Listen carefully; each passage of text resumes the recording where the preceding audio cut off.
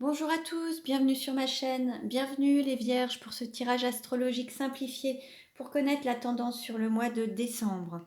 Donc nous allons voir déjà au niveau sentimental comment vous pourriez mieux vous aimer sur le mois de décembre avec les 52 cartes pour vivre l'amour. Quel est le conseil qui est donné pour mieux vous aimer?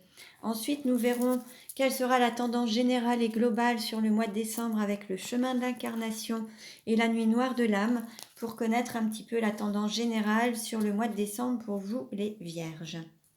Allez, on commence et nous allons voir quel message pour les vierges pour le mois de décembre pour mieux vivre l'amour. Quel message pour les vierges sur le mois de décembre pour mieux vivre l'amour.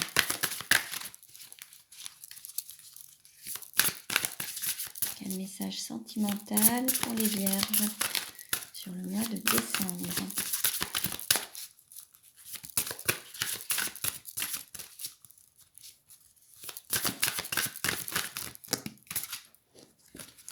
Alors, on a 3 cartes. Alors, la première, c'est « Je m'ouvre à la puissance du féminin ». On nous parle de féminin. La deuxième, c'est « J'ai la volonté d'être heureux avec la joie ».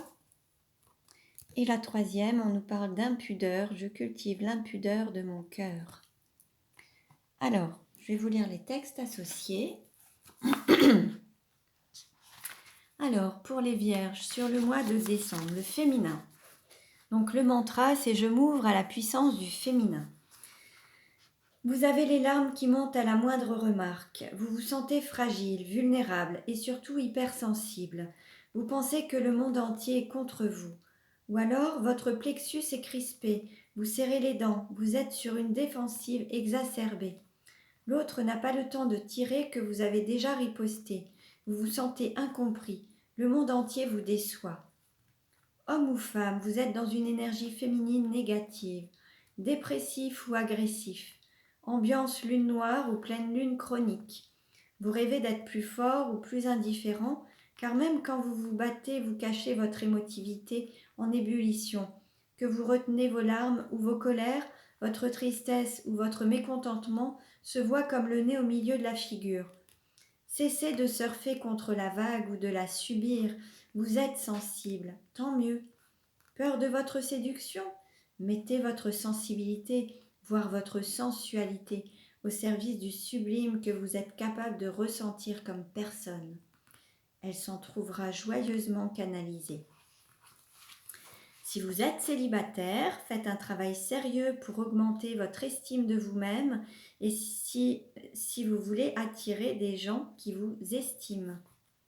Si vous êtes en couple, sentiment de ne pas être compris, cela vous rend mélancolique ou agressif. Discutez-en avec un thérapeute plutôt qu'avec votre partenaire. Alors maintenant, nous allons voir ce que nous dit la joie avec le mantra amoureux. J'ai la volonté d'être heureux. Alors, tout va plutôt bien, ou disons pas trop mal, mais vous n'êtes pas vraiment joyeux. Vous vivez le quotidien sans vous en réjouir, mais sans chercher non plus à changer cette tranquille monotonie. Vous vivotez en vous résignant gentiment.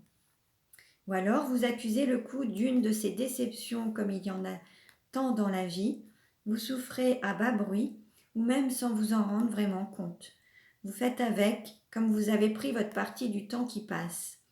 Vous préférez rester chez vous, tel un ours dans sa tanière, où vous vous renfermez au lieu de chercher le contact. Votre orgueil ou votre retenue vous préserve. Une décision urgente est à prendre. Passez des valeurs tristes ou moroses qui dirigent votre vie à des valeurs positives, joyeuses, vivifiantes. Il est temps de retrousser vos manches pour activer vos ressources intérieures afin de retrouver votre joie de vivre en dépit des vicissitudes de la vie. Si vous êtes célibataire, pourquoi un amoureux serait-il attiré par une triste mine? Votre joie donne envie aux autres de s'approcher. Nourrissez-la et la loi d'affinité fera le reste. Si vous êtes en couple, pour retrouver plus vite le goût et la saveur de la joie quand la tension monte, Ne perdez pas la mémoire des bonheurs partagés. Légèreté et gaieté feront retour dans votre foyer. Bon, nous allons voir maintenant quelle va être la tendance générale pour les vierges sur le mois de décembre. Alors, quelle tendance générale pour les vierges sur le mois de décembre?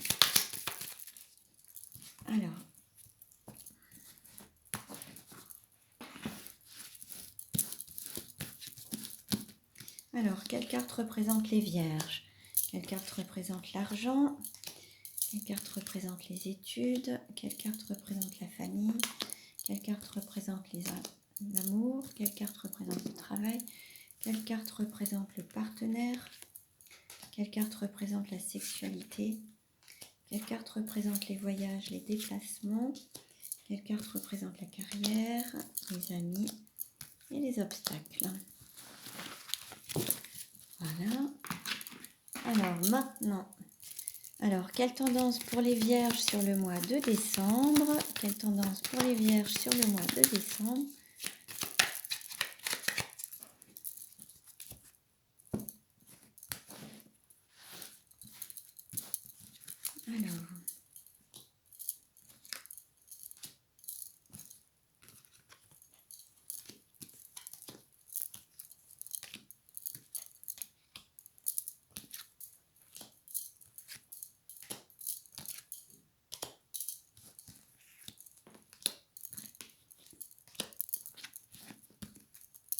Voilà. Allez, je baisse un petit peu. Alors, les vierges sur le mois de décembre. Bon, là, vous êtes en attente. Vous êtes en pause, en patience. Alors, on nous parle de féminin sacré. On avait le féminin tout à l'heure, l'énergie yin, la femme. Là, peut-être qu'il faut s'ouvrir justement à cette puissance du féminin. Il y a comme une phase d'attente, d'accueil, mais il n'y a pas d'action. On est plus sur la reconnexion, l'accueil, peut-être l'attente, la patience. Peut-être qu'on vous invite à être dans la patience ou à vous reconnecter à ce côté intuitif, créatif.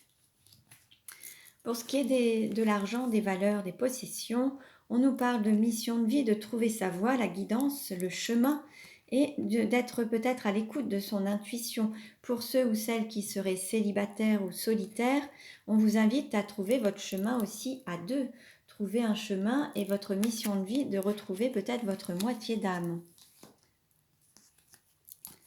Pour ce qui est des études ou de l'apprentissage, alors il y a eu peut-être des blessures par le passé ou des passions destructrices, mais on vous invite vraiment à apprendre à travers ces expériences et à vous centrer sur vous, sortir peut-être d'une situation de destruction ou blessante ou de conflit pour vous recentrer sur vous et être aligné à ce que vous voulez vraiment et matérialiser ce que vous souhaitez.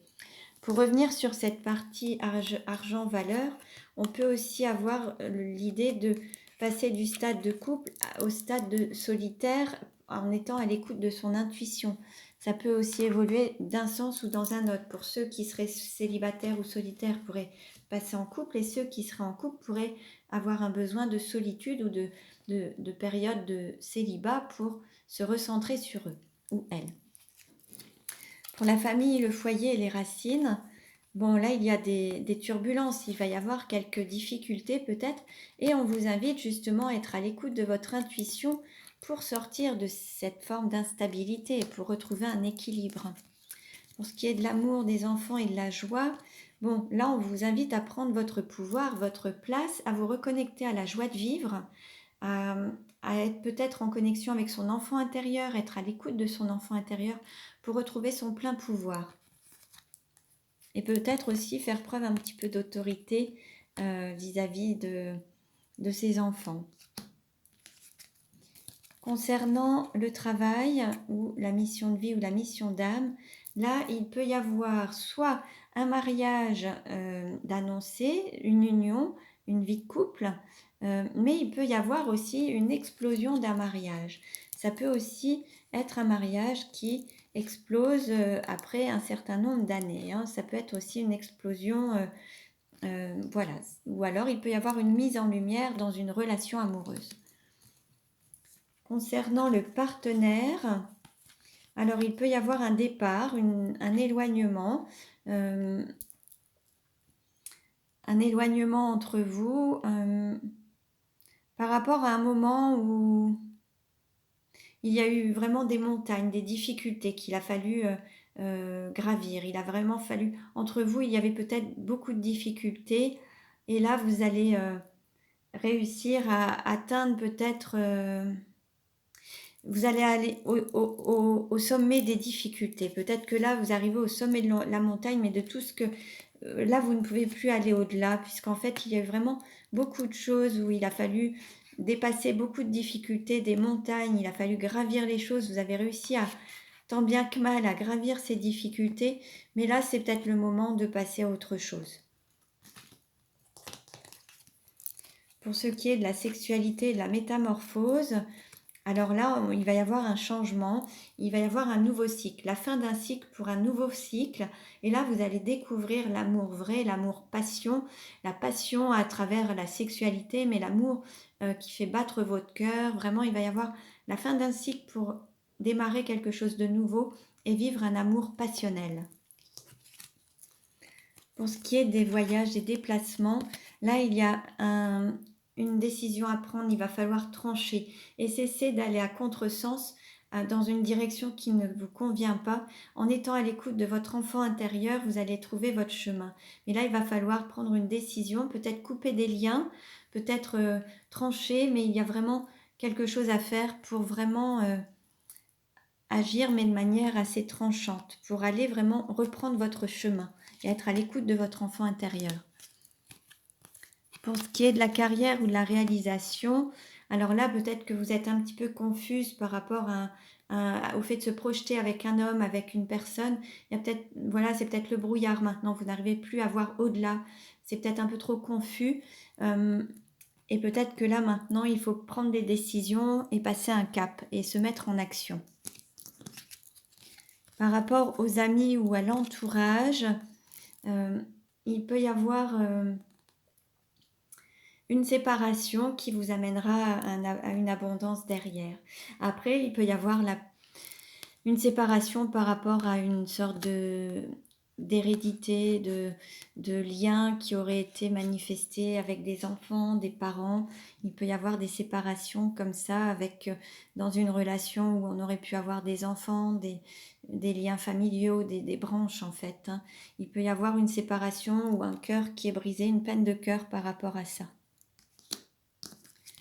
Pour ce qui est des obstacles et des défis à relever, là, l'idée, c'est d'apprendre à travers ces expériences, d'ouvrir son cœur, de s'ouvrir à la vie, écrire une nouvelle histoire, un nouveau chapitre, fermer un livre pour écrire un nouveau livre, une nouvelle page de sa vie.